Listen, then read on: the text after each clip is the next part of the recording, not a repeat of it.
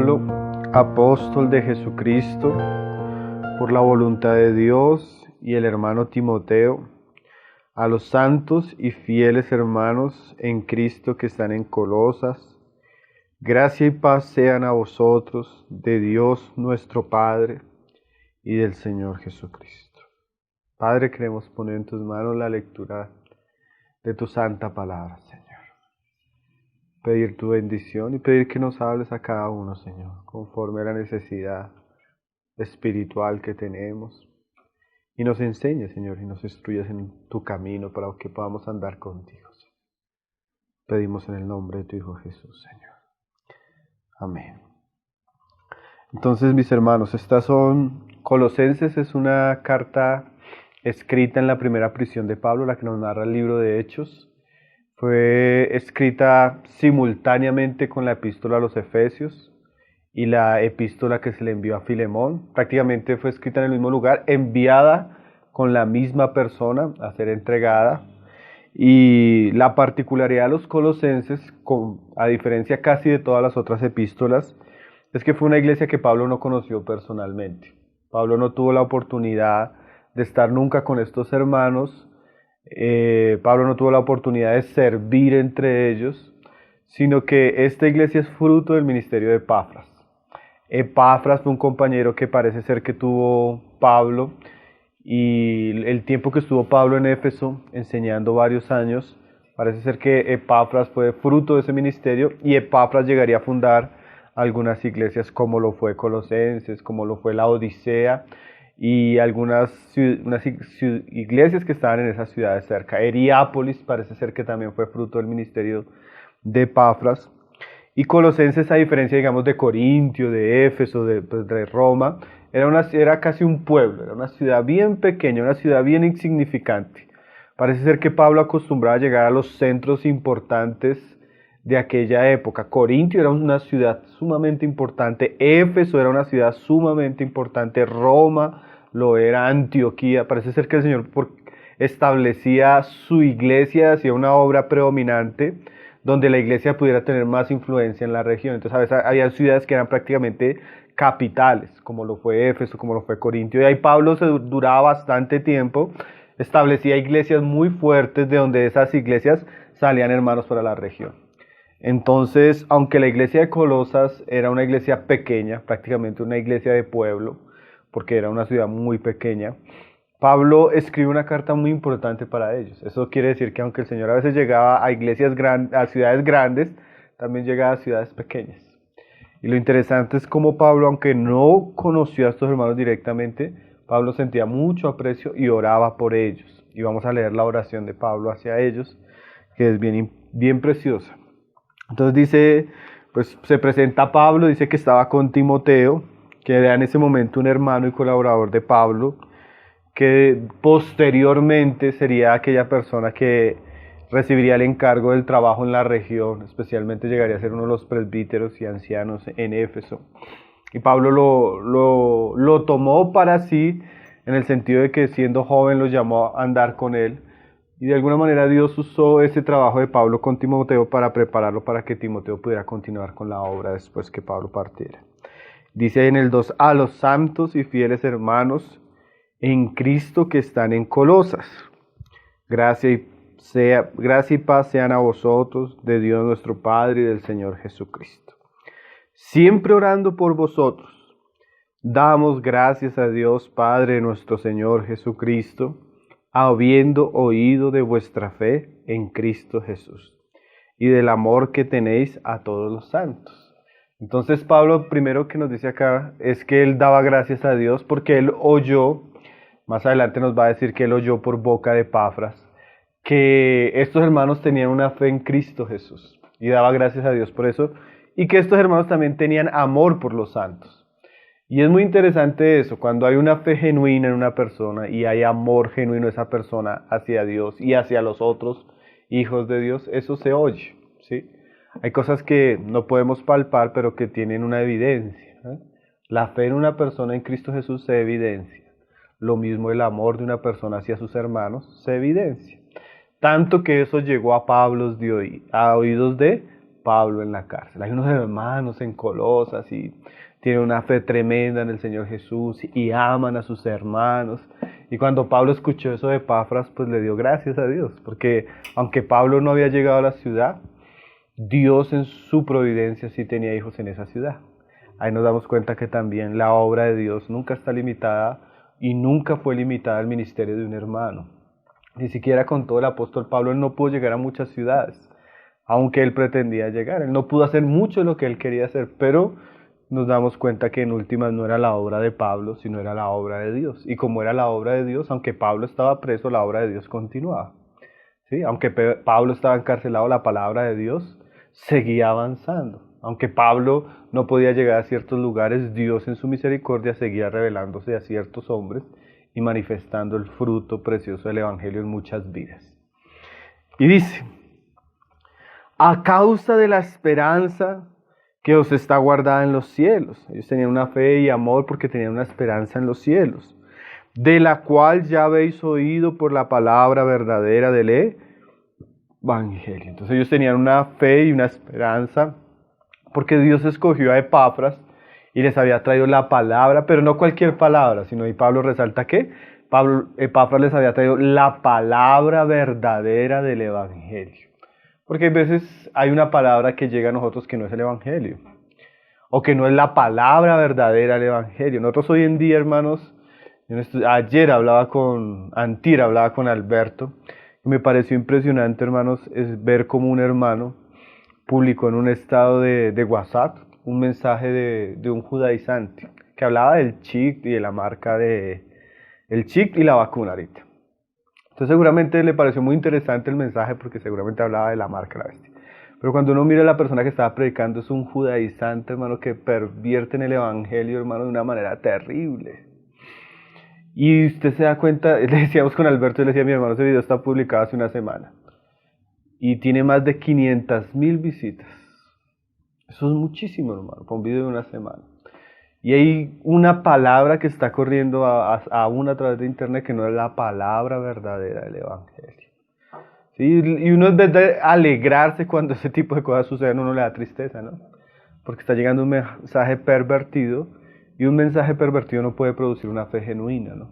Cuando el Evangelio es mezclado, él pierde su poder, su gloria y su eficacia. Y hoy en día hay mucho mensaje, mucha palabra corriendo, pero a veces no es la palabra verdadera del Evangelio. En cambio, Pablo le da gracias a Dios porque en Colosas Dios envió un hermano como Epafras, que era un colaborador fiel, un ministro verdadero de la palabra de Dios, y él, al predicar la palabra, estos hermanos en esta ciudad pudieron tener una fe genuina. Por eso le está dando gracias a Dios. Y dice, de la cual ya habéis oído por la palabra verdadera del Evangelio, que ha llegado hasta vosotros. ¿Sí? Pablo no llegó hasta ellos, pero la palabra verdadera del Evangelio llegó hasta los colosenses. Nosotros podemos decir lo mismo, ¿no, hermanos? Pablo no llegó hasta nosotros porque murió hace tantos años. Pedro y todos los apóstoles murieron, pero la palabra de Dios sí ha permanecido. Y de una manera maravillosa, porque si nosotros comenzáramos a estudiar, hermano, por ejemplo, mire esa Biblia que usted tiene, la versión Reina Valera, hermano. Si usted conociera cuánto sufrieron los reformadores españoles para traducir esta versión, hermano, usted lloraría leyéndola.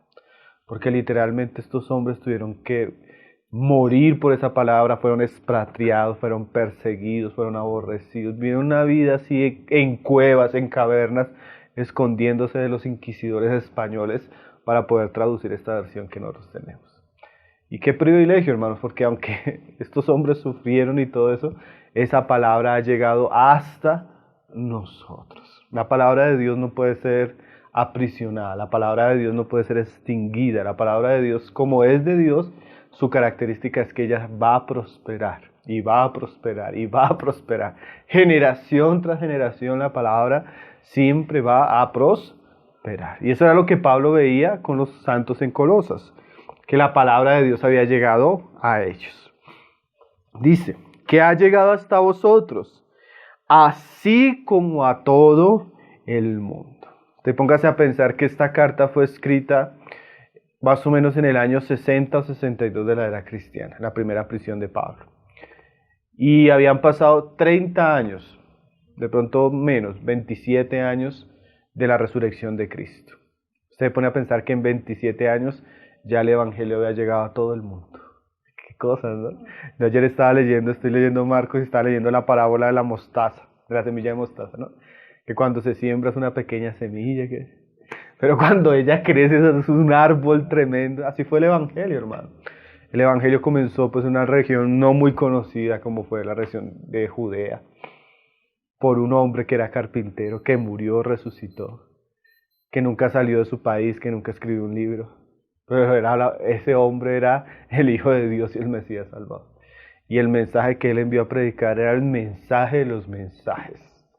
Y ese mensaje para 30 años después de que Jesús resucitó ya se había cumplido lo que él había dicho. Él había dicho, y predicar a toda criatura. Comiencen por Judea, Jerusalén, después Samaria y después al resto del mundo. Y eso se cumplió, hermanos.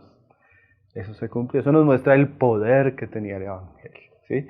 El Evangelio también fue comparado en una parábola como un poco de levadura que llega a leudar todo, ¿sí? Así fue el Evangelio en el primer siglo. Llegó y llenó todo. Llegó a donde estos hombres ni siquiera se lo imaginaron, ¿no? Ahora, eso no fue solo un asunto de Dios, también hubo muchos hermanos con un amor tremendo hacia el Evangelio, predicaron el Evangelio, viajaron, entregaron sus vidas como administradores de esta gracia para que otros pudieran llegar. En este caso, pues Pablo nos va a decir que el hombre encargado de eso fue, o el que Dios le dio ese encargo fue a Epafras. Dice que ha llegado hasta vosotros, así como a todo el mundo, y lleva fruto. Porque el Evangelio no solo llega, sino Él llega y Él produce, ¿sí?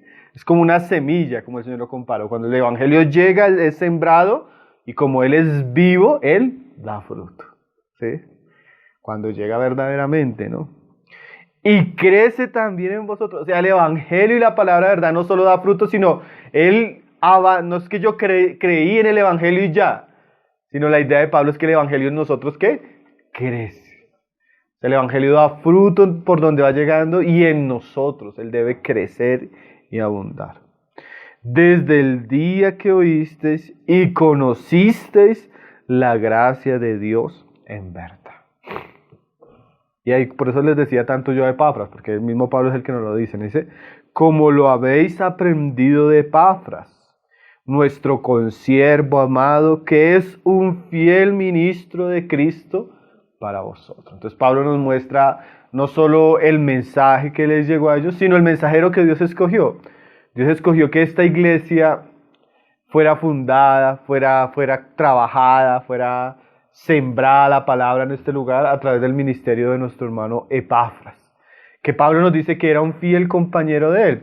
Que en este momento Epafras está con Pablo en la cárcel. Es más, es posible, es lo más seguro, que Pablo escribiera porque al Epafras contarle la situación en la que se encuentra la ciudad de los Colosenses, la iglesia en los Colosenses, Pablo sienta carga por escribir por ciertas luchas que ellos tenían. Más adelante en los otros capítulos se ven esas luchas. Nosotros estuvimos hablando acá de Cristo versus la sabiduría de los hombres y la falsa religiosidad, y ese era uno de los problemas que tenía esta iglesia. Hoy solo vamos a leer apenas el saludo. Entonces, ya habiéndonos mostrado la iglesia, cómo llegó el Evangelio a la iglesia, Pablo va a orar por la iglesia, o está orando por la iglesia. Y nos va a mostrar cómo ora Pablo por una iglesia así. Dice, quien también nos ha declarado vuestro amor en el Espíritu. Aunque estos hermanos no conocían a Pablo, manifestaban un amor hacia Pablo, seguramente influenciado por el ministerio de Epafras y de los otros hermanos que estaban ahí. Y para Pablo esto era muy, muy precioso porque en general, a diferencia de lo que nosotros pensamos, Pablo fue muy perseguido y muy criticado por las iglesias. Si ustedes leen 2 de Corintios, hermanos, usted va a ver que esta iglesia que Pablo le invirtió tanto tiempo tenía un grupo en medio de los hermanos que tenían una oposición tremenda hacia Pablo, una crítica tremenda hacia el ministerio de Pablo. Entonces Pablo, sentir el amor de esta iglesia, pues lo valoraba. Y ahora mire lo que ora Pablo por esta iglesia, que es el punto al cual queremos llegar. Dice, ahí en el 9, por lo cual también nosotros, Pablo primero comenzó mostrando la situación de ellos, lo que él había escuchado de ellos, pero ahora Pablo va a contarnos un poco lo que él hizo al escuchar el mensaje del Evangelio. Dice ahí, por lo cual también nosotros, desde el día que lo oímos, no cesamos de orar por vosotros. Qué tremendo, ¿no? Pablo pues seguramente tenía unas iglesias muy en su corazón porque eran fruto de su ministerio, pero también Pablo oraba por aquellas iglesias que él mismo no había fundado, pero que Dios le permitía saber lo que él estaba haciendo, ¿sí? Pablo tenía un corazón muy hacia la obra del Señor, muy hacia los hermanos. Pablo era una persona que no estaba centrado en sí mismo, sino cuando él se enteró de lo que Dios estaba haciendo ya, se alegró y comenzó a orar por esa obra. Ahora, ¿cuál es la oración? Que eso es el tema que nosotros vamos a tratar hoy en estos pasajes. Dice, no cesamos de orar por vosotros y de pedir que seáis llenos del conocimiento de su voluntad en toda sabiduría e inteligencia espiritual. Entonces, eso es lo primero que Pablo nos muestra en su oración, que es su oración y la oración de un hombre maduro por una iglesia. Y yo pienso que es una oración que nos enseña hasta orar por nosotros mismos, a orar tal vez por las personas que estamos cerca y también orar por aquellos que el Señor también nos permita saber que Dios está haciendo algo. ¿Cuál es el primer punto? Pablo oraba para que Dios le diera inteligencia y sabiduría espiritual a los colosenses. Y eso es muy importante, hermano. ¿Para qué era eso? Dice ahí, para que ellos conocieran ¿qué? La voluntad de Dios. ¿Cómo? En toda sabiduría e inteligencia espiritual. Entonces Pablo estaba preocupado, no solo que los colosenses fueran creyentes, tuvieran fe en Jesús, eso ya era importante, ¿no? No solo que ellos se amaran los unos a los otros, eso también es importante, esos son aspectos esenciales de nuestra fe cristiana. Pero ahora Pablo está interesado de que estos cristianos tengan conocimiento de la voluntad de Dios. Y hay dos ítems importantes para conocer la voluntad de Dios. Porque nosotros a veces decimos, hermanos, yo estoy orando para que Dios me muestre la voluntad de Dios. Y yo a veces espero que la voluntad de Dios venga en un sueño y me hable, haz esto mañana. No entres a esa empresa. Ese hombre no te sirve. O bueno, no sé, el asunto que uno le esté pidiendo. Pero nosotros a veces queremos la voluntad de Dios así como, Señor, ¿compro este pantalón o no compro este pantalón? Pero la voluntad de Dios no viene de esa manera. Nosotros tenemos un cristianismo que es así. Oh, Señor, háblame, Señor. Jugaseador COVID, no, Señor, está muy fuerte. Ve y tú haz lo mismo. Uy, no, Señor. Sí, nosotros tenemos un cristianismo así. Y Pablo, viendo los peligros, porque esta iglesia iba a ser muy perseguida por unas filosofías humanas muy peligrosas, que después se mezclaron con el cristianismo y dieron un hijo bastardo, que fue la primera herejía grande de la iglesia, que fue el gnosticismo. Entonces Pablo ya por Epafras había sabido que había unas filosofías que estaban queriendo entrar.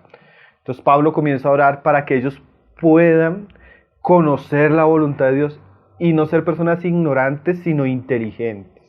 No ser personas necias, sino sabias espiritualmente. Ahora, ¿cómo llega eso a nosotros? Porque no solo Pablo en esta carta no solo habla de su oración, sino habla de la manera como la sabiduría de Dios llega a nosotros y la inteligencia de Dios llega a nosotros. Porque definitivamente es una oración importante, hermanos. Santiago también nos dice, ¿usted tiene falta de sabiduría? Pídala a Dios. O sea, el creyente no debe conformarse con ser un creyente superficial, ignorante, o que desconoce cuál es la voluntad de Dios. Ahora, ¿cómo llega esa voluntad de Dios a nosotros? Pablo en la misma carta y más adelante en el capítulo 2, hablándonos de su ministerio y de su sufrimiento y de la enseñanza y de las dificultades que él está viviendo, dice ahí en el capítulo 2, verso 1, dice, porque quiero que sepáis cuán grande lucha sostengo por vosotros y por los que están en la Odisea y por todos los que nunca han visto mi rostro. Ahora Pablo tenía un conflicto, él mismo estaba en la cárcel y él tenía un conflicto que él sufría por las iglesias. ¿Y cuál era el conflicto? Más adelante dice, para que sean consolados sus corazones unidos hasta alcanzar todas las riquezas del pleno entendimiento a fin de conocer el misterio de Dios el Padre y de Cristo, en quien están escondidos todos los tesoros de la sabiduría y del conocimiento. Entonces aquí Pablo nos dice algo bien importante. Todo lo que Pablo oraba para que ellos lo conocieran, que era la sabiduría de Dios y los tesoros del conocimiento divino, se encuentra en una persona, que esa persona es Jesucristo. Entonces el conocimiento de las Escrituras y el conocimiento de Dios y la sabiduría de Dios, a diferencia, por ejemplo, del movimiento gnóstico cristiano que surgió en el tiempo, no es un conocimiento para un grupo selecto de iluminados. El conocimiento de Dios es dado para aquellas personas que tienen una relación verdadera y profunda con el Hijo de Dios, que es Jesucristo. Ahora, Pablo sufría por eso. Es que es una idea bien interesante. El conocimiento de Dios y la sabiduría de Dios está en Cristo. Ahora Pablo ora para que eso llegue a los cristianos. ¿Y cómo va a llegar a eso? Y entonces dice Pablo, yo tengo un conflicto. ¿Por qué? No solo por ustedes, sino por la Odisea y por todos los que aún ni siquiera han visto su rostro. Hermanos, podríamos decir que aún Pablo tenía ese conflicto por nosotros. ¿Para qué? Para que esos tesoros y esa sabiduría que están en Cristo pudieran llegar a nosotros. ¿Y cómo Pablo decía que eso llegaba a nosotros? Vuélvase unos versículos atrás. Dice ahí, en el verso 24 del capítulo 1. Ahora me gozo en lo que padezco por vosotros y cumplo en mi carne lo que falta de las aflicciones de Cristo por su cuerpo, que es la iglesia, de la cual fui hecho ministro según la administración que me fue dada para con vosotros, para que anuncie cumplidamente la palabra de Dios, el misterio que estaba oculto desde los siglos y edades, pero que ahora ha sido manifestado a sus santos. Entonces, mire, el misterio oculto en Cristo con todas las riquezas y la sabiduría, y Pablo teniendo un conflicto para que ese misterio llegue a los santos en muchos lugares, y Pablo nos dice que ese misterio de Dios en Cristo y esas riquezas llegan a los santos a través de la predicación cumplida de la palabra. Por eso Pablo tenía un conflicto, porque a través del ministerio que Pablo había recibido, él transmitía la verdad del conocimiento de Dios en Cristo Jesús a todos los santos. Por eso de alguna manera Pablo está orando. ¿Por qué Pablo está orando? De alguna manera Pablo está orando, y eso hace parte de la carta a los Colosenses, para que aunque estos hermanos que él no conocía personalmente pudieran recibir cumplidamente la palabra de Dios que traía Cristo y todas las riquezas que se encuentran en Cristo de su sabiduría y de su conocimiento. En conclusión, Pablo ora para que estos hermanos puedan recibir la palabra que Dios le ha entregado cumplidamente. Y gracias a Dios, nosotros sabemos, hermanos, que Dios escuchó a Pablo. Porque la palabra que Dios le dio a Pablo y por la que sufrió Pablo, no solo le llegó a los Colosenses y a la Odisea y a otras iglesias, sino que nos llegó hasta nosotros. Entonces, si yo, como Pablo oraba y como yo debo orar y como debemos orar los unos por los otros, deseamos ser personas inteligentes y sabias en el conocimiento de la voluntad de Dios, necesitamos sumergirnos en la palabra que nos llegó de una manera escrita, que es la revelación de Cristo para nosotros. Entonces yo hablaba con una estudiante en estos días. Entonces me decía, porque yo les di el ejemplo de él. Entonces decía, pero hermano, si yo he leído la Biblia así toda mi vida cristiana, llevo 15 años cristiana, y le digo, por eso no la he entendido. Porque si nosotros realmente queremos conocer a Cristo y su revelación, hermano, nosotros necesitamos dedicarnos a leer la palabra fielmente, a escudriñarla. Como decía Martin Lloyd-Jones, no hay atajos para la santidad, hermano. Si usted no lee la palabra, si usted no se envuelve en la palabra, si usted no se sumerge en la palabra fielmente, usted siempre se va a caracterizar por ser ignorante espiritualmente. Y cuando usted no tiene inteligencia espiritual, usted también no es sabio, o sea, usted toma malas decisiones que tienen que ver con su vida. La hermana Nancy Lee de Moss decía en estos días, en la medida que el cristiano comienza a sumergirse en la palabra, de alguna manera la inteligencia de Dios comienza a penetrar nuestros corazones, la sabiduría de Dios, y cuando vienen los desafíos de nuestra vida, nosotros tenemos algo de donde tomamos para enfrentarlos. O sea, enfrentamos las cosas con sabiduría espiritual. Pero eso no pasa para la persona que no conoce las Escrituras. Entonces yo necesito saber qué le escribió Pablo a los colosenses, hermano. ¿Qué le escribió Pablo a los filipenses? ¿Qué le escribió Pablo a los efesios? Si yo soy discípulo de Jesús, yo leer las palabras que enseñó Jesús, las obras que hizo Jesús, los milagros que hizo Jesús, la revelación que dio Jesús. Entonces, hermanos, nosotros necesitamos orar, pero sabemos cómo Dios lo hizo. Entonces debo orar, Señor, hazme sabio e inteligente para conocer tu voluntad. Y de la misma manera que oro, leo. Porque es que si usted no lee, Dios no le va a responder. Porque la Biblia dice así, que Dios le da gracia a unas personas, a otras personas no. ¿Y saben cuál es uno de los problemas que tiene el hombre? En su orgullo, el hombre piensa que puede vivir bajo su propia sabiduría. Entonces Dios a un orgulloso lo deja solo. Usted piensa que no necesita saber lo que yo dije. Usted piensa que puede decidir sin contar con lo que yo enseñé. Entonces decida usted solo. Pero la persona que es humilde siempre busca. Señor, yo no sé, enséñame, muéstrame, háblame diariamente. Y cuando usted es humilde, Dios le da gracia. Entonces, ¿por qué no lee? A veces la falta de lectura y la falta de buscar la palabra de Dios no es muestra de pereza espiritual. Es muestra muchas veces de orgullo y autosuficiencia. La persona se acostumbra a vivir por sí misma. La persona no necesita de Dios. Ella puede pararse, levantarse una vez para el baño, desayunar, irse a trabajar, volver y acostarse sin que Dios le trace los caminos de su vida. Él es autosuficiente.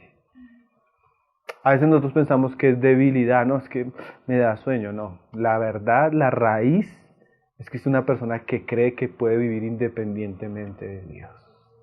Entonces por eso no busca. Es un orgulloso o una orgullosa. Es un autosuficiente. Es una persona que se cree sabia en sí misma. Que eso es lo que hacen los ateos. Ellos se creen tan sabios que no necesitan lo que Dios dice. En su sabiduría se hicieron necios. Porque piense, por ejemplo, en un hombre, o piense en una mujer que está criando sus hijos, o en un hombre que tiene que predicar la palabra. Si yo tengo tal responsabilidad y yo me veo tan débil, yo voy a buscar. Señor, yo tengo que cuidar, tengo que edificar a mis hijos, yo necesito leer qué dices tú en relación a eso, cómo instruirlos, y yo tengo que involucrarme a eso. ¿Me hago entender? Pero cuando yo soy autosuficiente, yo digo, me toca y ahí miro cómo hago. ¿Sí? Entonces, hermanos, lo primero que Pablo ora por esta iglesia es que esta iglesia sea inteligente. ¿Y saben por qué, hermanos? Todos los asuntos de la vida cristiana comienzan por la mente. Todo. O sea, Dios primero comienza revelando su voluntad a nuestras mentes. Ahí comienza el trabajar en otras áreas. Si la mente está en oscuridad, hermano, de en adelante usted va a ver que el asunto no va a prosperar, hermano. Necesitamos ser sabios, entendidos, inteligentes. ¿Sí? ¿Usted ha visto cuando usted se habla? A eso se ve a veces naturalmente, ¿no? Usted ve un niño, 10 años, usted habla con él y usted dice, este niño tan inteligente, ¿cierto? Porque la inteligencia aún en lo natural se nota, ¿o no se nota? ¿Sí? Pero hermano, lo mismo se ve espiritualmente. Usted habla con alguien y usted dice, oiga, qué hermana tan inteligente.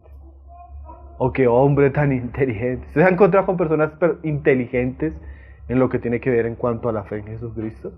Y usted dice, uy, esta persona se entendía. Y cuando le dice, mire, en su vida haga esto, usted dice, oiga, esto tiene sabiduría. ¿Sí? Usted ve a Cristo. Porque, hermano, nosotros pensamos que ser como Cristo, pues en el cristianismo actual es tener una camiseta que diga, soy de Cristo. Juan 3:16, no sé qué. Hermano, ser y andar con Cristo, una de las primeras evidencias que vamos a ver es que nuestra manera de pensar va a ser renovada. Nuestra manera de percibir la vida, la manera de actuar va a ser diferente. Por eso usted cuando se encuentra con una persona del mundo, usted dice, pero ¿por qué es tan necio? Usted sabe que es una decisión terrible. Entonces ella va a ser necia, ¿por qué? Porque no tiene luz. Puede tener una maestría, puede tener un PhD, puede tener una profesión, pero no es sabia. ¿Se ha encontrado personas así? Que tienen conocimiento intelectual en alguna área natural, pero son necios. En cambio, el creyente debería ser inteligente y sabio en su manera de vivir, conociendo la voluntad de Dios. Pero hermanos, eso viene a través no solo de la enseñanza a cumplir a los apóstoles, sino de nuestra responsabilidad en cuanto a la palabra que ellos nos dejaron. Si nosotros queremos caminar de una manera que agrade a Dios, necesitamos conocer la voluntad de Dios. Y para que Dios nos hable en voz alta, tenemos que leer la Biblia en voz alta y constantemente. Ahí usted va comenzando a conocer a Dios, sus caminos, su voluntad, lo que Él desea para su diario vivir. Y nosotros a veces, sí, hermano, vamos a la reunión de oración. Señor, pedimos por la salud, Señor, pedimos por el dinero, Señor, pedimos por la economía, Señor, pedimos por... Y todos ignorantes, todos brutos espiritualmente. Hermano, Pablo oraba con otras prioridades. Pablo oraba con otras. Señor, haz los sabios, haz los inteligentes para que ellos conozcan tu voluntad, Señor. ¿Sí? Nosotros debemos tener unos criterios a la hora de orar que vamos a aprender de Pablo, ¿no? Lo primero, ¿qué? Llenos, hermano, y esa frase, que seáis llenos del conocimiento de su voluntad. O sea, Pablo no quiere que esto sea algo, que ya estoy aprendiendo alguito, hermano, ya estoy teniendo un poquito de conocimiento, ¿no? La idea de Pablo es que esto sea, ¿qué? Abundante. Y la idea de Pablo es que nosotros podamos ser personas saturadas de su conocimiento, de su palabra. La idea es que eso rebose, ¿sí? Dice,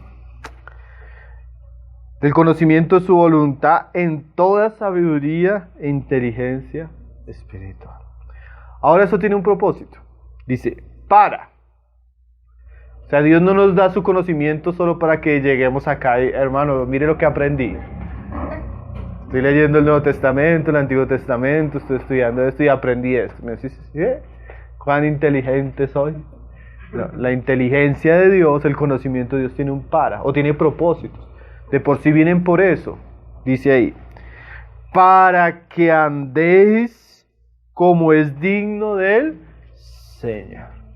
O sea, el conocimiento no es solo, como decía la vez pasada con los hermanos, no es solo para, Dios no nos da su conocimiento para informarnos, sino Dios nos da su conocimiento es para transformarnos, para cambiar nuestra manera de vivir, para que podamos andar de cierta manera. Como decía alguien del pasado, Dios no nos da su palabra y la literatura cristiana para tener grandes bibliotecas, sino Dios nos da su palabra y nos da las escrituras y nos da las enseñanzas para tener hombres santos. ¿Sí? Eso es bien importante. De alguna manera Dios espera que nosotros podamos vivir, pero Él sabe que no podemos vivir si no conocemos. Pero también espera que una vez conozcamos la palabra, vivamos de acuerdo a esa palabra. O sea, la palabra viene para que andemos, hermano, pero no de cualquier manera. ¿Se acuerdan lo que hablaba ayer Alberto? Para que andemos como es digno. O sea, usted no va a poder andar como es digno si usted no sabe qué espera Dios de usted, ¿sí? Ahora, cuando usted entiende, Dios comienza a darle sabiduría, conocimiento, ahora Él espera que eso afecte su manera de vivir y de andar, ¿sí? Es como una escalera. Primer paso, según la oración de Pablo, conocimiento. Si la persona no tiene conocimiento, segundo paso no. Pero una vez la persona tiene conocimiento y comienza a adquirir conocimiento y sabiduría, inteligencia, y comienza a gustarle, porque ese es el problema. A veces a los cristianos no les gusta esto, hermano. Pero Salomón decía, si tú quieres ser un hijo bueno, adquiere sabiduría, adquiere conocimiento, deleítate en él, ámalo, búscalo como al oro y la plata. Porque si lo buscas, vas a adquirir el conocimiento de Dios y el temor a Jehová. ¿Sí? Entonces lo primero es amar el conocimiento, porque cuando uno ama el conocimiento de Dios, hermano, está amando a la persona en la cual se encuentra ese conocimiento, que es Cristo. Pero después usted comienza a conocerle, a entenderle, a saber que Dios desea de usted. Ahora lo siguiente es andar, para que andéis como es digno. Dios quiere que andemos como es digno, como corresponde a aquellos que decimos que somos cristianos, ¿sí? Dice ahí. Ahora, ¿cómo es digno? 2 puntos que Pablo nos va a mostrar cómo es andar, porque a veces a mí me parece muy interesante de Pablo que Pablo no deja las ideas en el aire, sino Pablo las va explicando. Y eso es muy bueno, porque a veces nosotros decimos, hermano, necesitamos como andar como es digno, y todos decimos, amén, y salimos, ¿y qué es digno? No, pues, andar digno. Bueno, entonces vamos a andar como es digno. ¿Y qué es digno? No sabe, nadie sabe, pero vamos a andar como es digno. Pablo nos explica qué es andar como es digno. Dice ahí, agradándole en todo. Mire eso tan importante, hermano. Un cristiano, ¿cómo se sabe que está andando correctamente? Cuando la motivación de su vida por encima de todas las cosas es agradarle a Dios en todo. Nosotros esta vez incluimos un artículo tan interesante en la revista, hermano, para los hombres, que es escrito por un puritano. Y el artículo es diferente, y hasta los hermanos me decían, hermano, pero la sección de hombres siempre ponemos cómo ser papá, cómo ser padre, cómo ser proveedor, lo de los hombres. Pero este artículo es tan interesante porque él no trata con los aspectos externos de la vida cristiana del hombre, sino con lo interno, la integridad interior. Entonces el hermano lo primero que dice en el artículo, yo creo que es un artículo para todos, no solo para los hombres. Él dice lo siguiente, el hombre íntegro, él solo tiene un amor. Claro, él sufre con su carne, él sufre con sus pecados, él sufre con sus debilidades, pero cuando usted entra a lo profundo de su corazón, usted se encuentra con un hombre que ama y desea de todo corazón hacer la voluntad de Dios. Y eso es tremendo, ¿no, hermanos? Porque cuando usted mira un cristiano, a veces nosotros miramos al cristiano porque predica o porque sirve en esto, porque hace esto, pero va más allá de lo que hacemos, hermano. Va más allá y entra a lo profundo de nuestro corazón. Si usted entra a lo profundo del corazón de la persona, la motivación sagrada que ella tiene es agradar a Dios en todo. Él se pregunta constantemente, Señor, yo con este trabajo y con mi actitud con las personas te estoy agradando, Señor. Yo te estoy agradando como papá, estoy agradando como mamá, estoy agradando como hermano. Esto que estoy haciendo te agrada. Voy a hacer esto, te agrada. Y es tremendo porque lastimosamente el evangelio que nosotros escuchamos en nuestros días lo han cambiado, hermano. Lo cambiaron, pero como ponerlo patas arriba. Porque hoy tenemos un evangelio de conveniencia, ¿no? Ven a Cristo y de alguna manera Él te va a complacer. Ven a Cristo y Él te va a satisfacer. Él te va a dar todo lo que tú quieres. Ven a Cristo y tú vas a tener. Porque de alguna manera nosotros vivimos en una generación lastimosamente hedonista. Ella vive para sus propios placeres. Ella quiere complacerse en todo. Ella quiere agradarse en todo. Ella quiere... Y el evangelio es totalmente diferente, hermano. El evangelio cambia el corazón de una vida porque esa vida ya no vive para agradarse a sí mismo, sino vive para agradar a Dios. Y eso es bien importante, hermano. Un cristiano que está andando como es digno, es un cristiano que pasó esa línea de luchar con Dios para que Dios le conceda lo que Él quiere y pueda vivir para lo que Él quiere, a vivir para Dios. Qué tremendo, ¿no, hermanos? Y yo en estos días escuchaba a un hermano predicar. Él da un ejemplo, él usa mucho el ejemplo de la universidad. Pero escuchaba también a otro hermano decir, el problema no es si usted es profesional o no es profesional. El problema no es si usted es un carpintero, un taxista o un predicador. El problema es si usted vive para agradar a Dios. Porque usted puede ser profesional agradando a Dios. Usted puede ser taxista agradando a Dios. Usted puede ser un predicador agradando a Dios. O usted puede estar en el grupo de la alabanza y vivir solo para agradarse a usted. ¿Sí? ¿Para qué está viviendo usted? ¿Para agradar a Dios? Tremendo, porque a veces nosotros, si no nos queremos agradar a nosotros mismos, queremos agradar a los demás. Esa es otra tentación que nosotros tenemos, ¿no? Que yo tengo que hacer esto porque a mí tal le gusta, a mi esposo le gusta y estoy agradando a mis hijos, estoy agradando a todo el mundo. Pero la pregunta que Pablo nos hace, por lo que Pablo ora para que seamos dignos, es si estamos agradando a Dios. Yo puedo estar trabajando sin estar agradando a Dios, hermano. ¿Sí? Aquí se trata más de no pecar, ¿cierto? Porque usted puede vivir sin pecar y no agradar a Dios.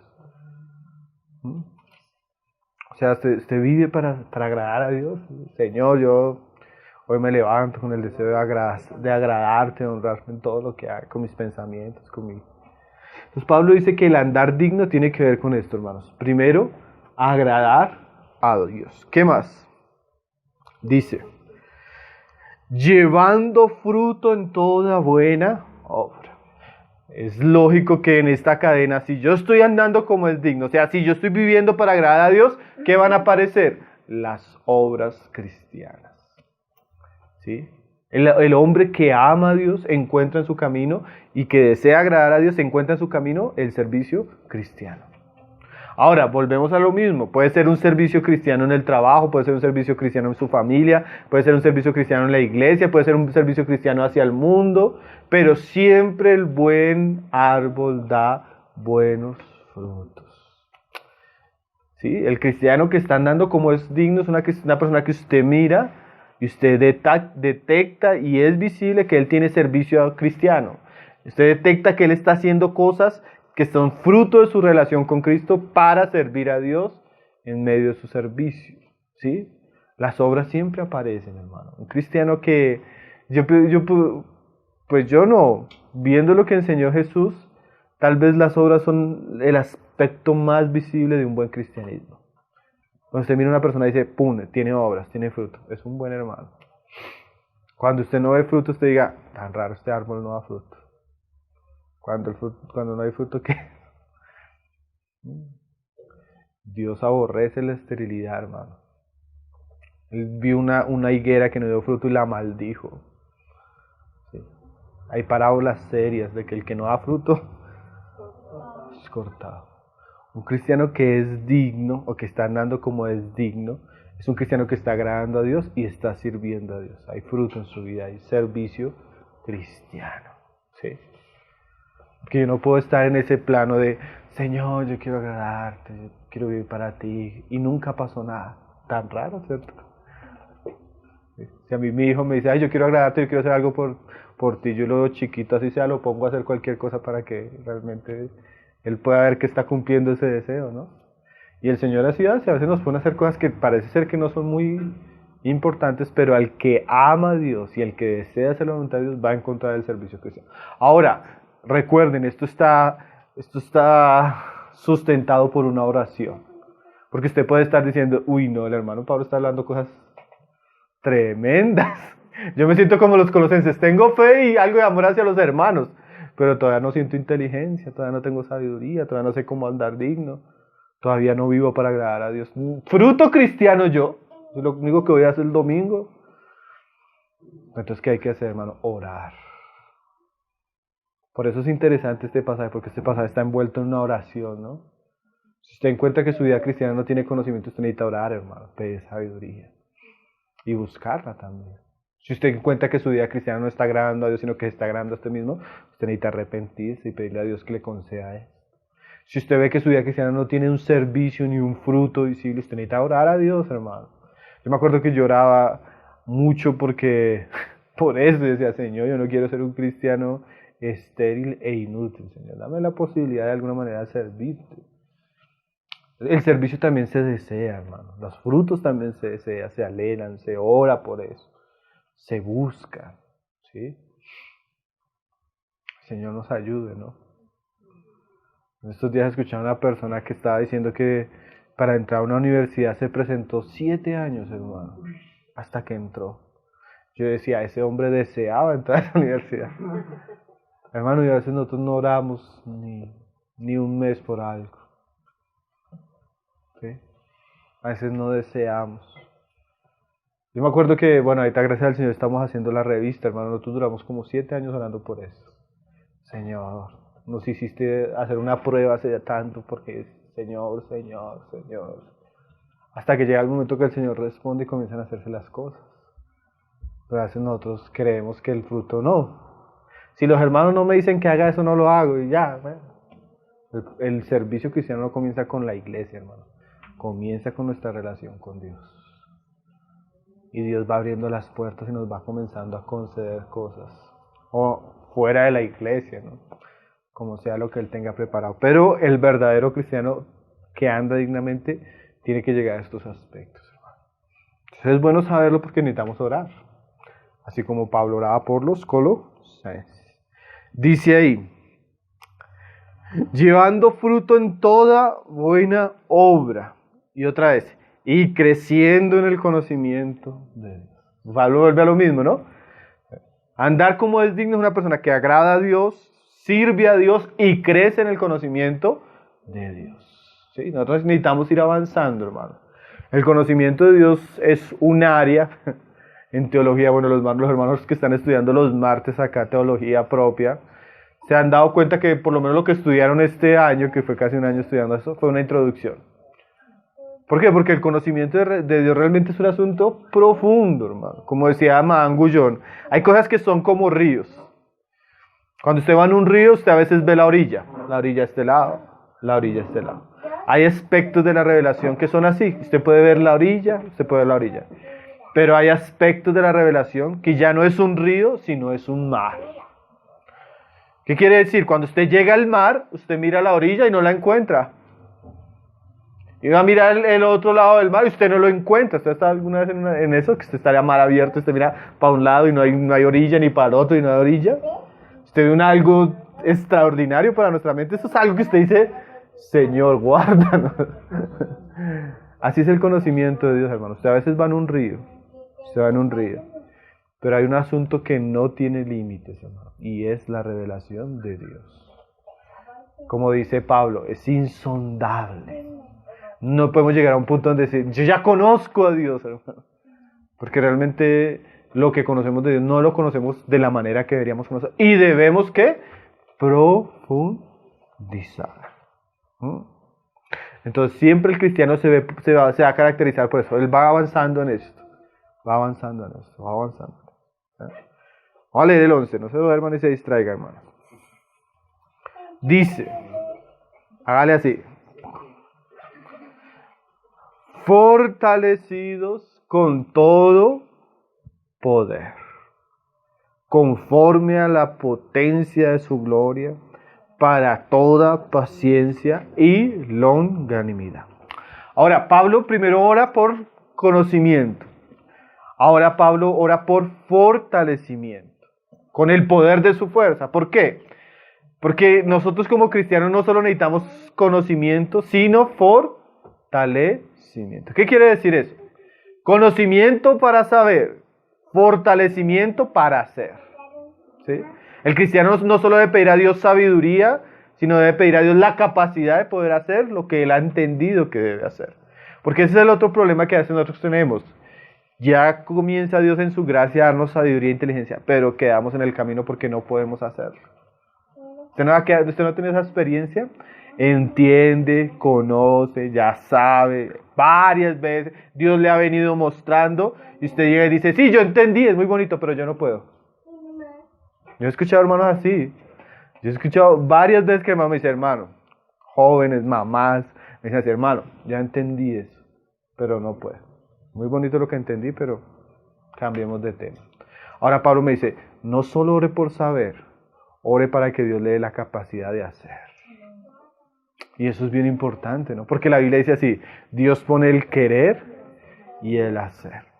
O sea, Dios está en el comienzo, en el medio y en el final del camino. O sea, el Señor, muéstrame. Y una vez cuando usted sienta que Dios le habló, ahora, Señor, ayúdame. Señor, háblame, pero ahora dame la capacidad, Señor. Y ahora Pablo no solo ora por los colosenses de que entiendan, sino que Dios les dé de su fuerza. Que los fortalezca con el poder de su fuerza, de su espíritu, para llevar a cabo lo que Dios les ha mostrado. Para servir hay que tener fuerza espiritual, hermano. Para agradar a Dios hay que tener fuerza espiritual, ¿sí? Hay que tener la capacidad. Entonces Pablo comienza a orar primero por la parte, si lo podemos decir, teológica, intelectual, doctrinal. Pero Pablo después lleva a, Señor, ayúdales, dales fuerza. Dale la capacidad, dale el poder. ¿Sí? Qué importante es eso, hermanos. Qué importante es tener la capacidad, y eso no es innato de nosotros. Eso viene de un poder, de una fuerza mayor. Que necesitamos pedirla también. Señor, dame fuerza. Dame fuerza para agradarte, dame fuerza para servirte. Dame fuerza para conocerte, ¿no? Porque a veces nosotros somos débiles. En realidad, hermano, yo puedo decir claramente que como oraba alguien ahorita en la reunión, para todos los deberes cristianos somos insuficientes. Necesitamos el poder del Espíritu Santo. No hay ningún hombre poderoso, si se puede decir. No hay ningún hombre capaz. En realidad los hombres que Dios escoge son débiles y necesitamos fuerza.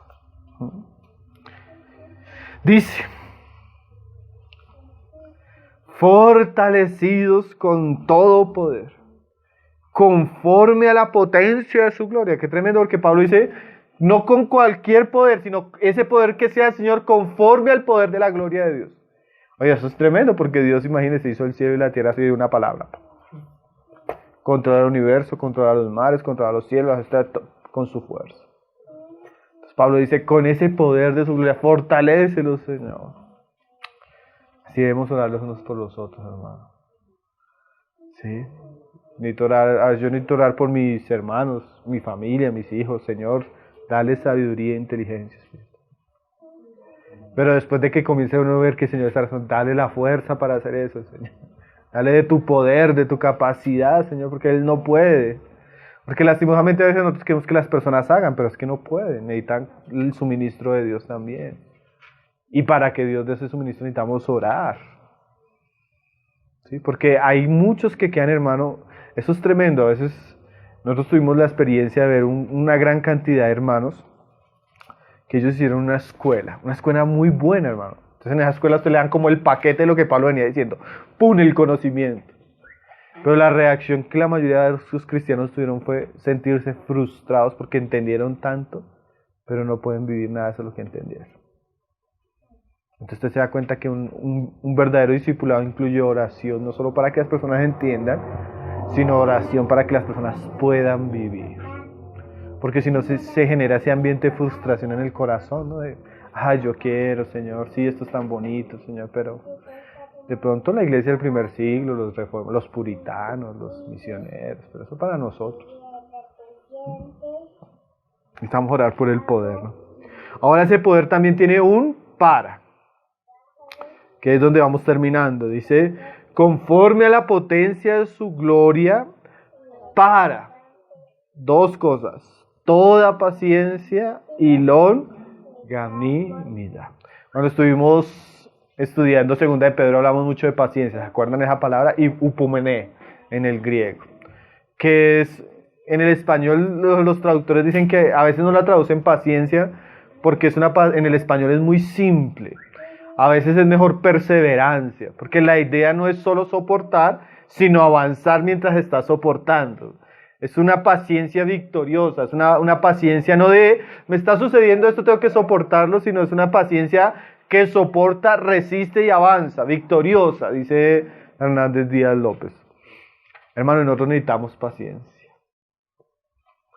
¿Qué es la paciencia? Es la capacidad de soportar situaciones difíciles sin que eso nos frustre. Es la capacidad de estar frente a adversidades y sobreponernos a las adversidades. Y nosotros necesitamos orar por paciencia, hermano. Porque a veces vienen las circunstancias y las circunstancias ahogan las personas, ahogan su fe, frustran su deseo de servir al Señor, amargan los corazones. Entonces Pablo sabía que los colosenses, para poder ser fieles y agradar a Dios, necesitaban conocimiento, fuerza, para poder resistir las adversidades que se enfrentan en este mundo que vivimos, ¿no? Porque nosotros vivimos en un mundo caído, con personas caídas, con circunstancias que son a veces dirigidas por el espíritu de este mundo y el gobernador de este mundo. Entonces los cristianos necesitan ¿qué? Paciencia, hermano. Capacidad de soportar en las circunstancias difíciles. ¿Y cuántos de nosotros no decimos a veces, Señor, necesito que me ayudes, ¿no? Porque ya estoy ya estoy cansado, ya estoy aburrido, ya este trabajo, ¿no? Yo estaba hablando a veces con los hermanos y, hermanos, que este trabajo realmente ya me tiene, y me dice, Señor, Señor, upumene, Señor, dale fuerza, dale conocimiento para que mi hermano no... Porque a veces no es la situación, hermano. El cristiano debería aprender en Cristo y madurar en Cristo de tal manera que él aprenda a sobrellevar todo tipo de situación. Pablo dice así, ¿no? He aprendido. Estas son cosas que no son natas, eso se aprende, hermano. He aprendido a estar en la abundancia o a estar en la escasez. Todo lo puedo en Cristo. O sea, no son las circunstancias, ¿no? Yo a veces veo que hermanos que hablan hasta en contra de la prosperidad, pero Pablo dice, sé tener abundancia. O sea, hay personas que pueden tener abundancia y ser buenos cristianos, hermano. E en Cristo pueden vivir esa realidad. Como hay cristianos que pueden pasar necesidad y ser buenos cristianos. O sea, el problema no está ni en la abundancia ni en la pobreza. El problema es si Cristo está formado en nosotros o no está formado en nosotros. Y Pablo ora, Señor, ayúdalos para que puedan ser pacientes. Fortalécelos. Dales de tu palabra para que ellos conozcan tu voluntad y puedan ser pacientes. ¿Y la otra palabra cuál es? Dice, para toda paciencia y longanimidad. La longanimidad no tiene que ver con las circunstancias, hermano. La longanimidad tiene que ver con las personas. Paciencia, capacidad de soportar situaciones difíciles. Longanimidad, capacidad de soportar personas difíciles. ¿Sí? Yo tengo que aprender en Cristo a soportar las pruebas. Yo tengo que aprender en Cristo a amar las personas, hermano. Y eso es tremendo porque a veces nosotros tenemos esposos, hijos, familiares, amigos, hermanos, compañeros de trabajo, vecinos, que Dios nos pone ahí. ¿Para qué? Para que aprendamos a ser longánimes. Lo mismo que ahora, una paciencia amorosa con esas personas, una paciencia perdonadora con esas personas, una paciencia misericordiosa. A veces uno no mira con misericordia, ¿no? Nosotros tenemos una mirada de jueces, hermano. Pero la longanimidad tiene que ver mirar con misericordia, sin aprobar lo que ellos están haciendo mal, pero mirándolos con misericordia. ¿Qué es misericordia, hermano? Es cuando usted ve la condición miserable de una persona y se compadece. Así como hizo Dios con nosotros, hermano. Nosotros estamos en una condición miserable, pero Él se compadeció. Dijo, oiga, pero míralo cómo está. Como cuando usted ve una persona que está mal, indigente, en un estado miserable, que usted pasa y dice, ay, Señor. Ese mismo corazón deberíamos tener para la persona que habla en contra de nosotros. Ese mismo corazón deberíamos tener con la persona que hace cosas contra nosotros. Ese mismo corazón deberíamos tener con la persona que nos desespera. ¿Por qué?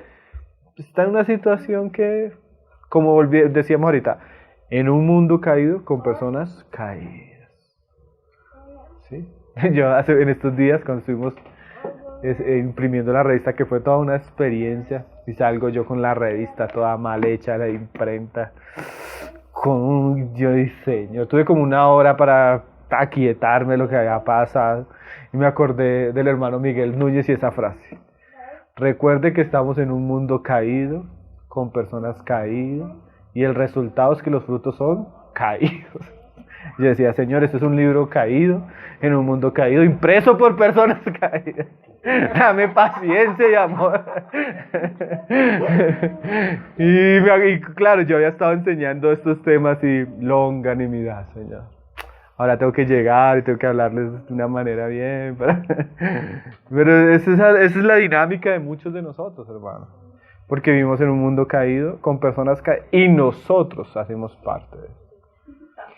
Entonces, longanimidad es tener la capacidad de mirar con misericordia. Y Pablo oraba por eso, hermano. Nosotros oramos al contrario, ¿cierto?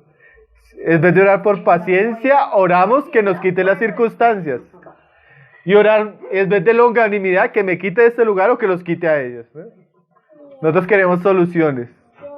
El problema es que no sabemos que todas esas cosas son entrenamiento, hermano. Todas esas cosas están formando nuestra vida, todas esas cosas nos ayudan a crecer en Cristo. Hermano, hasta estas situaciones que estamos viviendo ahorita, esta cuarentena y todo esto es extraño, ¿cierto? Y seguramente eso va a afectar la fe de algunos. Es muy posible, hermano. Pero para el que ama a Jesús verdaderamente, esto lo va a ayudar. Esto lo va a ayudar, hermano. Esto lo va a formar, esto le va a trabajar en su corazón y lo va a llevar a soportar. Hasta que sea necesario, porque las pruebas del Señor tampoco son para siempre, ¿no? Hasta que ellas cumplen un tiempo de eternidad. Entonces Pablo oraba por esto. A veces nosotros, Señor, quita ya la cuarentena. No, Señor, danos paciencia. ¿Cierto? Señor, quita la persona. No, Señor, danos longanimidad. Y que yo pueda aprender lo que tú quieras enseñarme en medio de todas estas pruebas. Y termina diciendo ahí: con gozo, dando gracias al Padre. Mire que Pablo no oraba muy frustrado, porque a veces nosotros comenzamos a orar: Señor, tú sabes que no tengo paciencia, dame paciencia, ¿no? O tú sabes que los hermanos están ahí, no tienen fuerza, no son capaces ni de servir, pero Pablo da ahora dando gracias. Porque Pablo daba dando gracias. Mire, esa frase es muy preciosa, hermano. Dando gracias al Padre que nos hizo actos para participar de la herencia de los santos en luz. Hermano, o sea que estas cosas que Pablo está pidiendo son cosas que Dios nos hizo actos para participarlas en Cristo Jesús, hermano. O sea, cuando Pablo ora por la paciencia en nosotros, no es algo que sea difícil en un sentido, porque en últimas Dios nos hizo actos en Cristo Jesús para participar de esto. ¿Sí? Cuando Pablo ora por las buenas obras, por el vivir el agradable a Dios, eso no es algo extraño para el que está en Cristo, porque Dios en Cristo nos hizo capaces.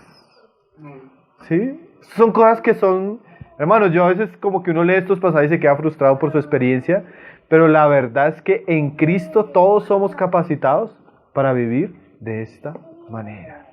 Necesitamos orar, necesitamos desear, necesitamos andar, pero yo pienso que la oración de Pablo, que es el comienzo de la carta, es muy ilustrativo, ¿no?, de cosas que deben ser importantes para nosotros en nuestra vida cristiana.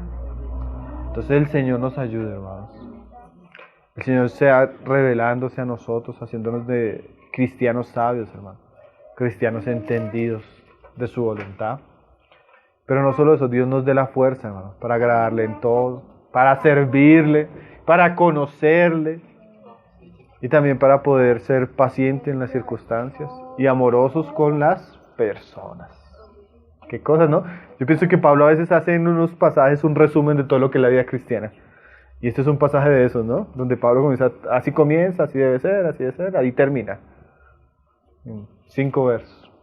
El Señor nos ayude a todos, mis hermanos, a poder vivir una vida como es digna del llamamiento que el Señor nos ha hecho a cada uno de nosotros.